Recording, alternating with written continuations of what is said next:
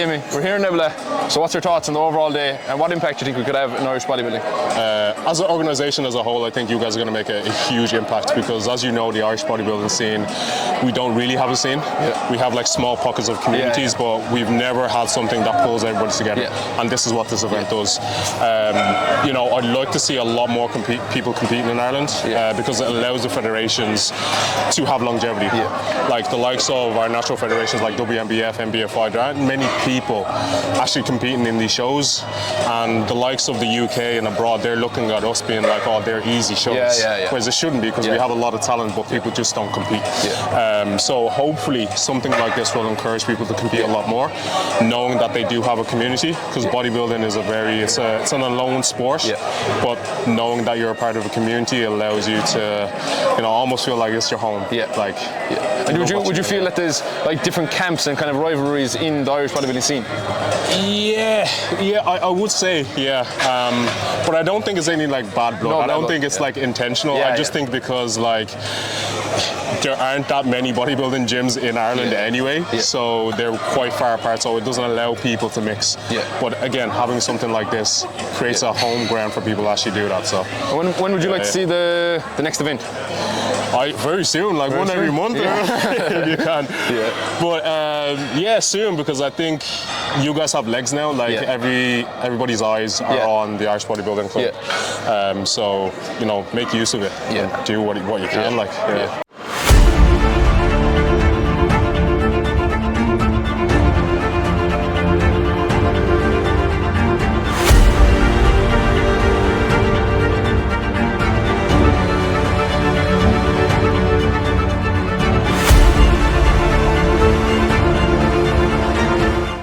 I guess we'll start. So first of all, I want to thank everyone for coming here today. Really great turnout. So we're going to start here now with Alan, who's going to do an open Q&A. Any questions at all, prep, posing, lifestyle, all questions are welcome. There's no such thing as a stupid question. All questions are welcome. And then we're going to move on to some posing then. So if anyone wants to jump up, maybe 4 or 5 people, get Shane to adjust your posing, and we'll go from there. So make sure everyone get involved and we'll go from there. Thanks.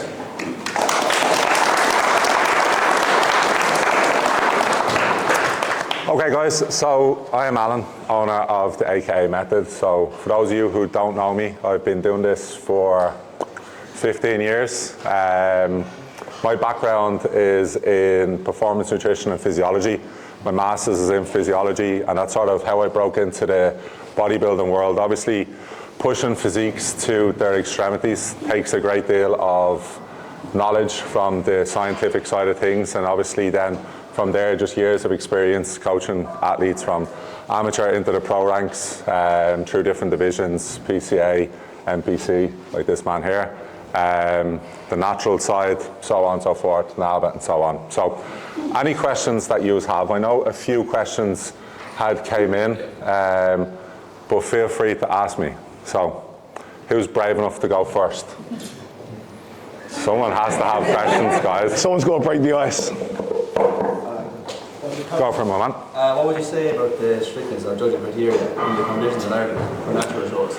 For the natural shows? Like the way online you have rules, regulations, how to do your pose. And do you think that correlates with how the judges view them posing? As in, if they don't follow the pose, do you think they take into regard or not? In the natural divisions here, I have seen in the natural divisions here that some, especially in the female divisions, that they're hitting the poses wrong, and it's not really being picked up. It's not really being marked down or anything like that. Now, you know, from a fairness in judging, you know, from a physique development perspective, it seems to be pretty much bang on from what I've seen. But I have seen it where there's been males and females that are hitting the poses wrong. And again, there's a posing coach here, Emma.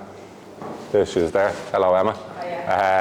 So again, anybody that's unsure on the posing, just ask Emma. But I do see it quite frequently, and it seems to be in the natural shows. Actually, in RIBBF as well. They're quite particular in their posing, and it's a little bit off per se. I don't want to get myself in trouble here in case someone pops up and I get myself in enough trouble. So, but yeah, not enough that's going to. If you deserve to win, you deserve to win. If you don't, you don't. It's not going to come down to, you know, this person is their posing was slightly off, so on and so forth. Common mistakes people make in their first prep. Common mistakes people make in their first prep, rushing the process. So again, you know, obviously you're pushing your physique to the extremities. If this is your first time doing it, and I would always recommend doing, say, even a photo shoot so that you're used to that process beforehand. But if you're going through a full competition prep and it's your first time and you're only really giving yourself maybe 15 weeks, 16 weeks, it's likely not going to be enough, especially if you're a natural to hit true competition condition. But as well as that, muscle mass, time spent in a surplus before you actually enter prep. So having a roadmap that is going to be strategic to get you into the most responsive state is key. So again, if you're working with a coach, he or she should have that laid out where you're in a surplus for a sustained period of time, where again, you have that bank of calories then to pick from and play from. Obviously, if you're assisted, unassisted, again, that's going to change one or two little things, but then having a pre-prep phase where you're almost building in the habits then to get you ready. If there's a little bit of extra body fat that needs to come off, this is where you do it. If you're assisted, this is where you solidify, get healthy, and then you start your prep. So, time. I think you cleared this up with me, Alan, before, but if I'm low on testosterone, testosterone obviously, but I'm still in under the deemed threshold as natural. I can't compete then. No, not in the natural divisions. No, so in the natural divisions, if you're on TRT as a male, you're not going to be able to compete, mate. No. So, and again, it's different from a HRT perspective for females, but as of right now, for TRT with males, you're not going to be able to compete unless. But if you think about it, if you're walking around at, let's say, 10, 12, 14 nanomillimole, you're naturally going to decline as you go through prep and as you hit competition condition, that's going to fall down. If you're on TRT and you have 2x your testosterone, you're not going to drop. So therefore, if you've got the guy Brendan here beside you and he's dieting down, his testosterone is naturally falling because physiology is going to dictate that. Yours isn't. So there is a bit of an unfair balance there. Go to the assisted side. Go to the assisted side. Come on. And what is your best tips and cues for your improvement phase and things to watch out for? In the improvement phase? Yeah. Look, as a natural or assisted as a natural? So in your improvement phase, it's exactly just that. You're looking to improve, but it's not just going to be down to, you know, how many calories you're eating and how much calories you can eat, because a common flex is that, oh, well, I'm eating X amount of carbs, and that's not a flex at all. You want to be able to grow on a reasonable amount of food where you're not going to be distending. Exactly, you're not going to be distending your gut. You're not going to be creating any GI problems, etc. So when we're looking at that then, and you've got that fundamentally under control, we're looking at other aspects that's going to affect your physiology. So your sleep, your stress control, and having your habitual behavior patterns in place. And that's going to correlate back into that then. And then obviously, you know, the training vector is going to, that's a whole different conversation. Yeah. Thank you. No problem, my man. In regards to the prep, is there anything that you discovered or techniques that you used or thought, whatever, to utilise other than the go on the road and just get back into your routine, just to basically cope with the post-prep stage? Post-prep? Yeah. So, or post-show? Yeah. Being educated as to what's happening. So, as a natural, as assisted, you're from outside of blood work, etc. You're going through pretty much the same thing. So, you're going to have are we talking natural here, or are we going to go both? Or? Yeah. So if we're looking at this, you're going to have downregulation of your thyroid hormone, you're going to have downregulation like we just spoke about from testosterone, so on and so forth. So understanding that is one thing, but you can't see what else is going on from, say, like a blood test, etc. Right? So what we're looking at here is that your hunger regulating hormones, CCK, glucose, like peptide 1 and 2, and ghrelin and leptin, which we've all heard of. So these are going to be skewed as well coming out the back end. So you're always going to feel hungry and you're never going to feel full. So being educated that you're not abnormal, that you're not like going through this alone, your coach should be educating you on that pre the time you ever get to that, so that you're ready, that you're prepared, that you understand it first from a physiology perspective. And then, like, really, for me, I'm very hands-on as a coach then, especially for new competitors that are going through that. Again, they've been educated, but education and going through it is different. So just putting your arm around the competitor and understanding that, look, if you've slipped up once or twice here, you know, coming out on your diet, you know, it's really important that you are open with your coach, that you explain that to your coach, and just being there for them, that they're not, you know, creating a negative narrative for themselves. But then, if we're looking at, right, so this is the psychology of it coming out the other side, and we have what's happening from a physiology perspective. It's key to get yourself back into a healthy hormonal playing field. So having calories brought up to a sufficient point that you're not craving. I don't believe in being really slow in the reverse diet and incrementally bringing it up. You should, as a coach, have the data points from your athlete that you know, and obviously, look, maintenance is shifting up and down throughout phases, but you should know thereabouts where their maintenance is.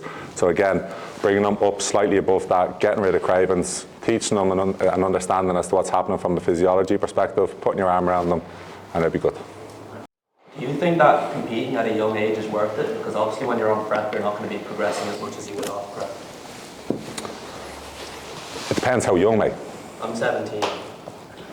So I don't see, like, I wouldn't say it's not worth it. You know, if obviously you're here, so you've got a big interest in bodybuilding, and if you're asking the question, you probably have the itch to want to compete. So the question is then, are you leaving food on the table with your growth? But at 17, going through and learning the process of getting conditioned, getting up on stage, learning from any mistakes that you make, and then capitalising that out the other side where you've got improvement in insulin sensitivity, etc., is going to improve your growth. So have at it, mate. I wouldn't be, you know, limiting yourself just because you're 17 that I need to wait until I'm 18, 19, 20. If you want to go now, go now. I wouldn't see it as any sort of detriment to your future potential as a bodybuilder. What do you think about high frequency training as an upper, lower, full body? I love it. I've just had him running it for off season. Yeah, for the whole of his off season. Upper, lower, because you're hitting things so frequently. But again, just what I spoke about there, making sure that, you know, it's not just redundant volume, so that you are, for you as a unique individual, executing properly. You're not just chasing weight, but bear in mind that yes, skill precedes intensity, but unless you have both of them there, you're not going to grow. So making sure that you are hitting your proximity of failure within your sets. But then going upper, lower, doing that frequently, you're going to accumulate a massive amount of muscle really quickly. And one of my first mentors was Scott Stevenson. I was mentored by, I don't know if you know Scott Stevenson, but I was mentored by Scott for close to 2 years. If you had a client and you just knew they're not going to come out into bodybuilding, but like more of a lifestyle type of client, and you knew their intensity in training wasn't high enough, would you first try to get their intensity higher, and if you just can't bring that level, would you then increase the volume rather than? Generally speaking, a lot of lifestyle clients that are just starting in the gym, they don't know what intensity is, because training to failure is going to be a skill, right? So their failure now is going to push forward as they put on more muscle, as they get more experience. So generally speaking, if they're like new to the gym and they're not like, you know, immersed in this world, if they're not immersed in this community, then what I'll do is I'll just go higher volume, because we can still reach a point of proximal failure by just using an RAR, where we might go an RAR 3 and RAR 2, and then for that one, just go for as hard as you can within that rep range. But the rep range for them is not going to matter as much as it would for, say, Shane. What matters there is that their skill acquisition and that their ability to be able to bring it to failure improves over time. So I would generally go higher volume, and then as they get more experienced, we start tapering it down a bit.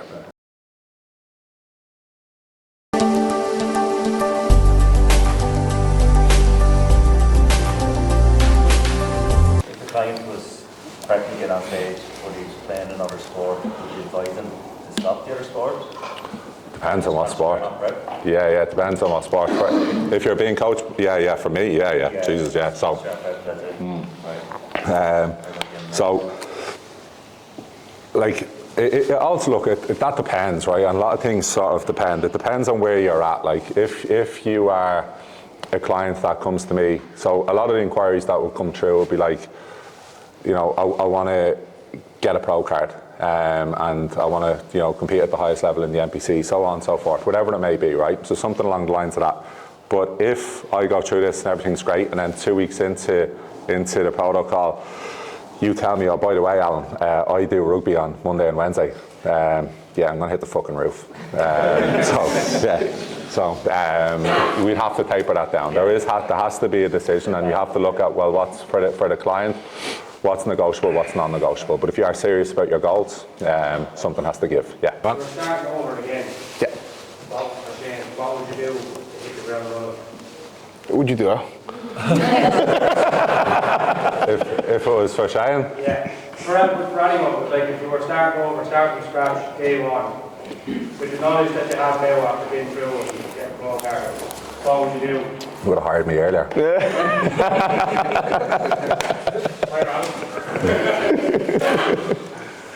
That's basically, yeah, would have done, yeah. I remember you said to me, was it 2022 when I was at the Arnold's? 21, I had Vinny compete. Oh, sorry, yeah, 21, yeah. You said you'll get down to me to the Olympia, and I went with Joe Jeffrey. Joe Jeffrey was good, and then worked with Al, and everything just went super, super smooth. So, sorry, what was your question again? What would I do? Would you do that differently?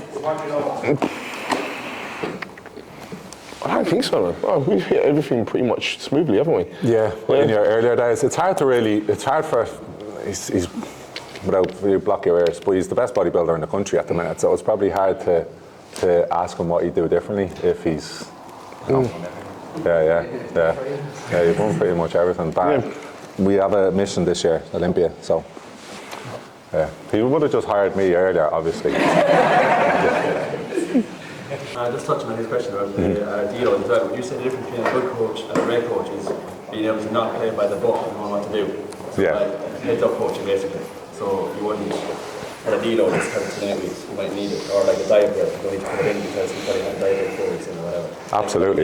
Absolutely. Attention to detail is absolutely key. If you want to coach at the highest level, attention to detail is going to be key for you, and being exceptional at the basics. Not overcomplicating things. If there's a new research study that comes out and says that you should be, for efficiency, deloading at every 6 to 8 weeks, depending. Everything has to be N/1 when you're dealing with an athlete. So that's where, as I said, the data comes in and your attention to detail as a coach. So yeah, and that's the same with peak weeks, etc. Everything is N/1. Yeah. How long is should work? What's too long?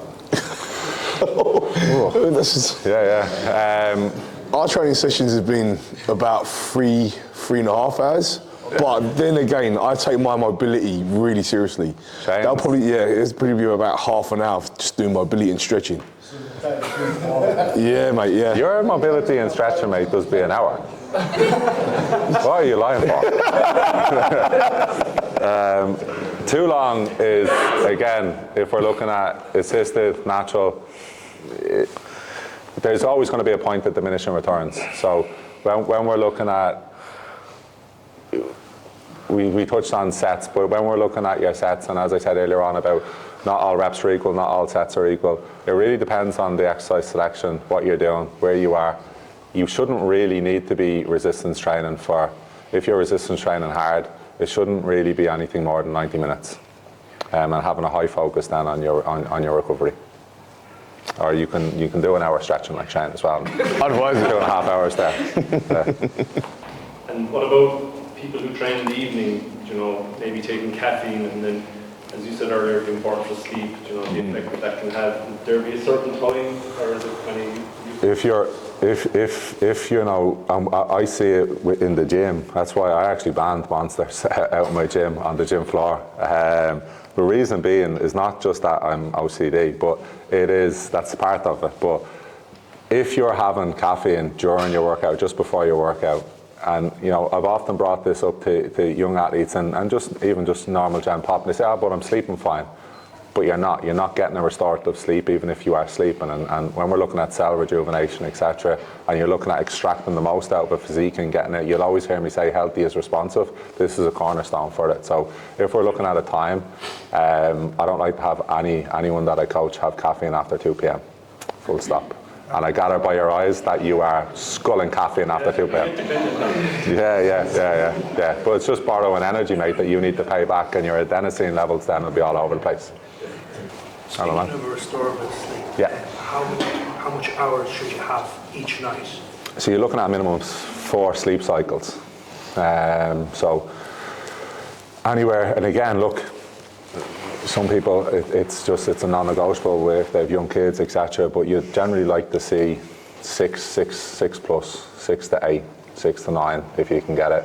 Some people that's just not going to be manageable, and they get around it. But if we're looking at being quote unquote optimal, that's your bare minimum. I wouldn't like to see you go under 6. Do you ever look into like the percentage of deep sleep then? Sorry? Do you ever look into the percentage of deep sleep? Yeah, I almost done a thesis on that. Yeah. What would you say is kind of optimal, like 15 to 20%? If you can get it, yeah. If you can get it, if you can get close to 20, you're laughing. It's hard to come by, especially in the age that we live in, where we're all guilty of doom scrolling and stuff, and a hard day at work or whatever. You're coming home, you're watching TV with your partner. You get locked into a serious, and then you're trying to switch off. You've had a stressful day, etc. There's a lot of other aspects that play on that, but then that's why we go back to then. If you're sculling caffeine then as well, you're literally just adding fuel to the flame. Would you wise to kind of keep pushing up body weight at like a rate of 1% a month or something for a really prolonged period of time? Or do you think kind of until you have the body weight where you can train hard and maybe do progress, is it sufficient then to maybe stay at that body weight? Where do you think that the long and bulk can be a better rate of gains? So I think the key thing that you said there is that you're still making progress. If you're still making progress and you're seeing visually you're improving in the gym, well then that's going to be a large dictator there, and not just chasing the scale weight. But the other side of that then is that everything I do and everything that we speak about is about maximising results. So there is a point here where you do have to push, and it is going to be a little bit uncomfortable, but not at the point of diminishing returns. There is going to be a point where your inflammatory markers are going to get too high. That's going to impair your digestion. It's going to blunt the hypertrophy response. But at that point, you'll know, because you'll see, you're not feeling the same in the gym. Your pumps are diminished. You might be heavier, but you're not going forward.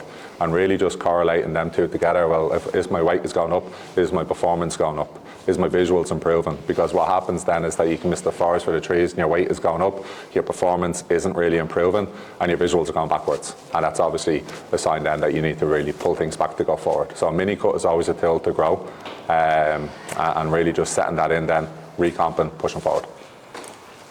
This year that are doing 3-4 shows back to back, week on week. I always find with athletes that if there's like 4, 5, 6 weeks in between shows, it's a very, very difficult prep. That's where you really run the risk of your mind running away from you, the physique running away from you, etc. So, if you can plan it that in your show season that you've got every 2, every 3 weeks, that's A1. And if you've got shows that are back to back, that's perfect as well, mate. Second question. What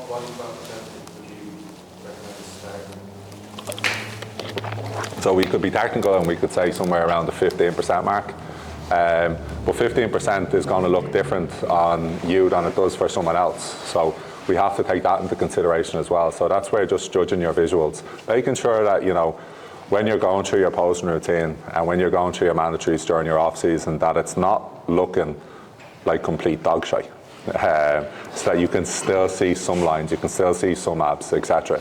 And just being accountable to that. So a really easy thing to do is that if you're in an off season now and I was to pull you up and ask you to pose, would you be embarrassed or not? So that would be, yeah. So if you can say to yourself, I'm actually okay with taking off my top hair in the off season, then I'm in an okay spot. And it's going to make your prep a hell of easier. Back to pro.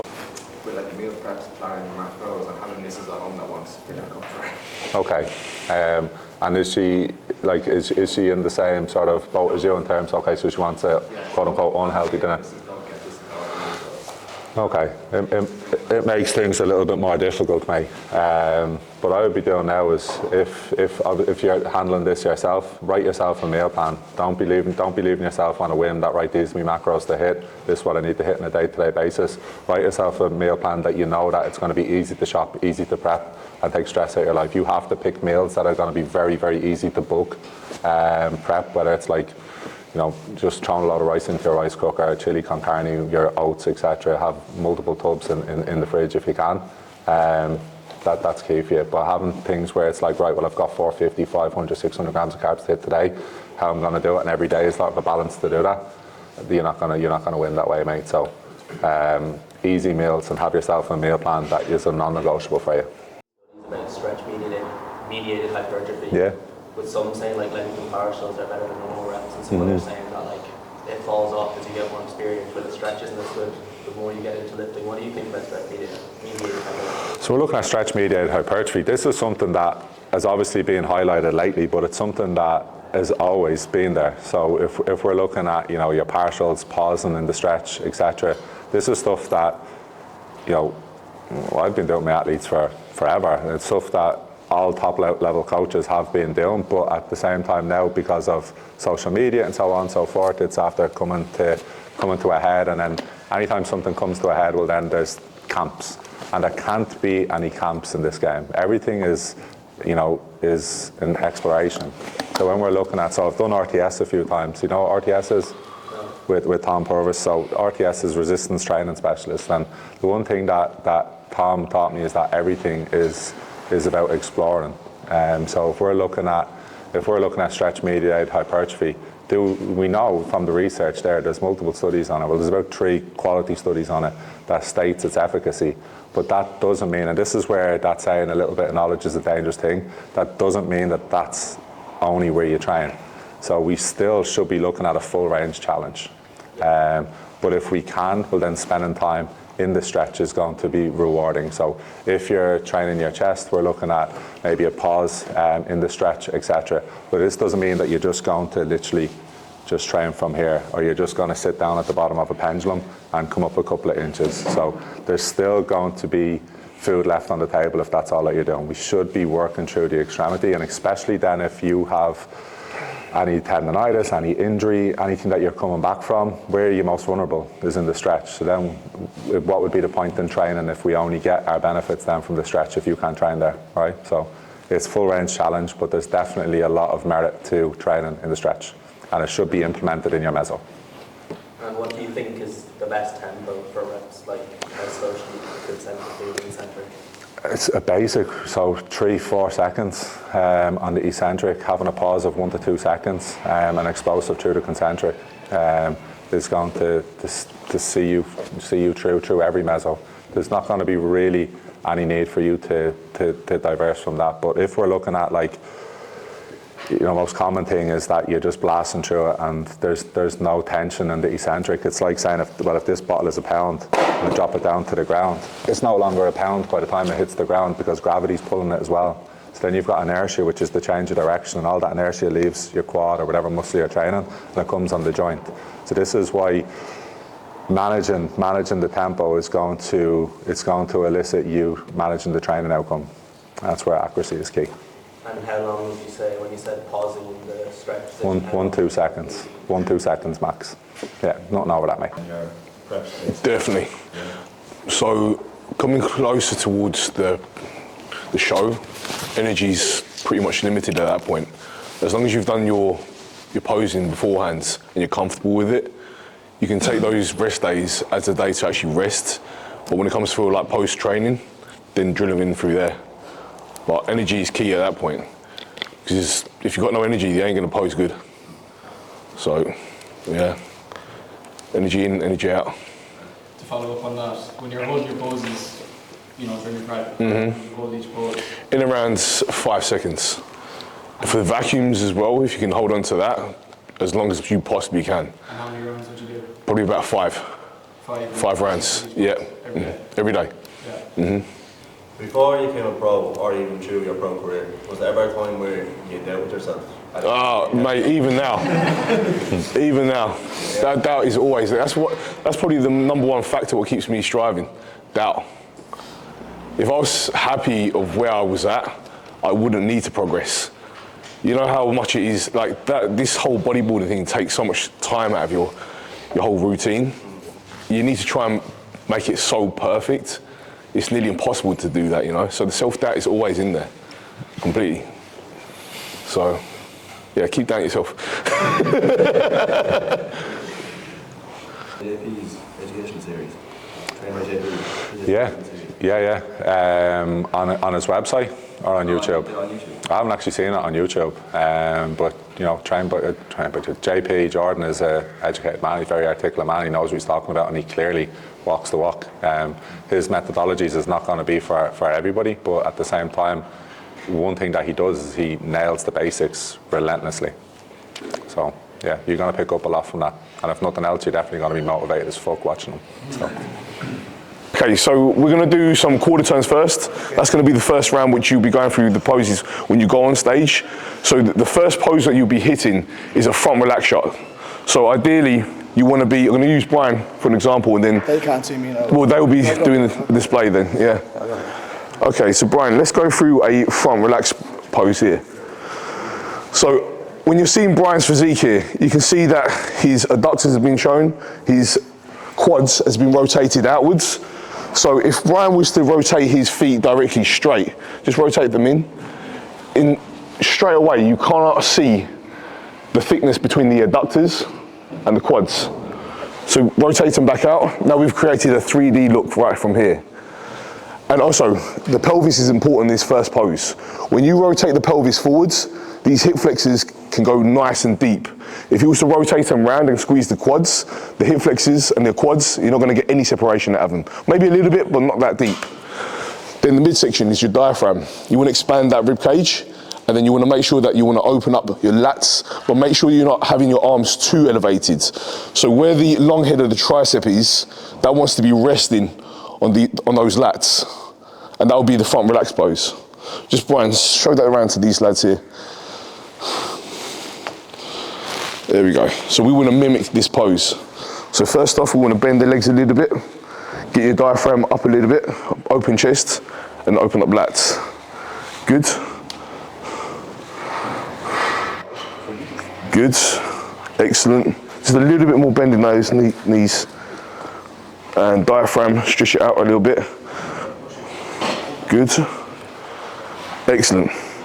Now, that'll be the first pose that we'll be doing. The second pose we'll be doing is a quarter turn to your right. So, Brian, we've done the front relax shot from here.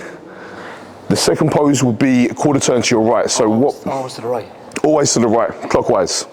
So we want to have Brian's face basically facing this direction. And what we're going to do here is have the two legs compressed in together, and we're going to bring this back leg a little bit back.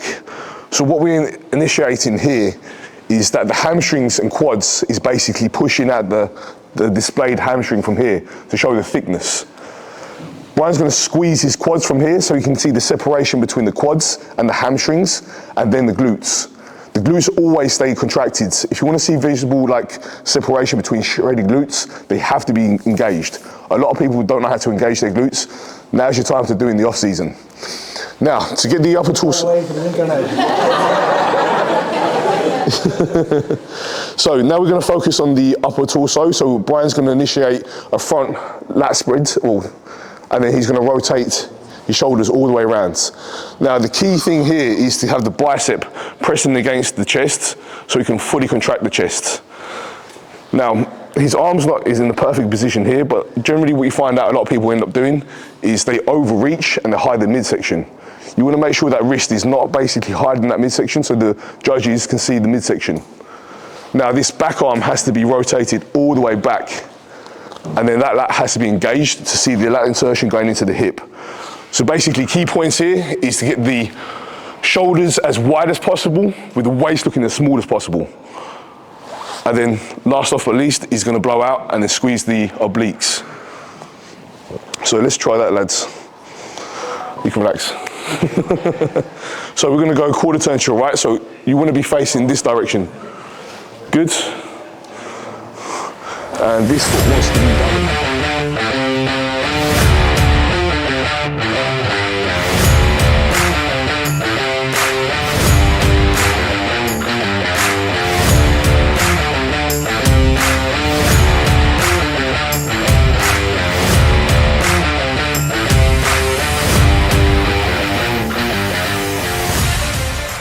Why don't you strip down? Okay, yeah. All right.